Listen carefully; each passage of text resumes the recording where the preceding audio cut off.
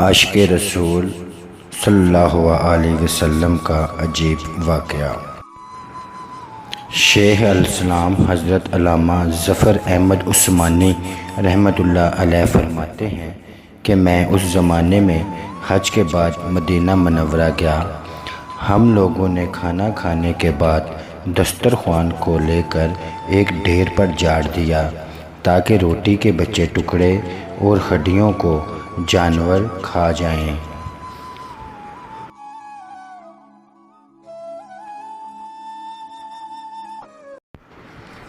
تھوڑی دیر کے بعد جب میں اپنے کمرے سے باہر نکلا تو یہ دیکھ کر حیران رہ گیا کہ ایک خوبصورت 9 سال کا بچہ ان ٹکڑوں کو چن چن کر کھا رہا ہے۔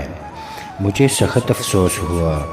بچے کو ساتھ لے کر قیام گاہ میں آیا اور اسے پیٹ بھر کے کھانا کھلایا، کیونکہ میں ایسی ہستی کے شہر میں تھا جو غریبوں کا والی اور غلاموں کا مولا تھا۔ میرے اس برتاؤ کو دیکھ کر بچہ بے حد متاثر ہوا۔ میں نے چلتے وقت اس سے کہا کہ بیٹا، تمہارے والد کیا کرتے ہیں؟ اس نے کہا میں یتیم ہوں۔ میں نے کہا بیٹے، میرے ساتھ ہندوستان چلو گے؟ وہاں میں تم کو اچھے اچھے کھانے کھلاؤں گا، عمدہ عمدہ کپڑے پہناؤں گا، اپنے مدرسے میں تعلیم دوں گا۔ جب تم عالم فاضل ہو جاؤ گے تو میں خود تم کو یہاں لے کر آؤں گا اور تمہیں تمہاری والدہ کے سپرد کروں گا۔ تم جاؤ اپنی والدہ سے اجازت لے کر آؤ۔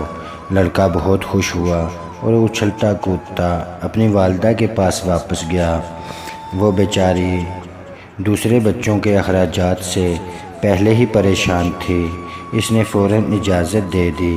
بچہ فوراً آیا اور مولانا کو بتایا کہ میں آپ کے ساتھ جاؤں گا، میری ماں نے اجازت دے دی ہے۔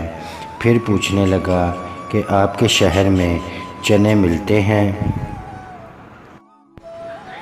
مولانا عثمانی نے بتایا یہ ساری چیزیں وافر مقدار میں تمہیں ملیں گی۔ مولانا کا بیان ہے کہ میری انگلی پکڑے مسجد نبوی صلی اللہ علیہ وسلم میں وہ میرے ساتھ آیا اور ٹھٹک کر رہ گیا۔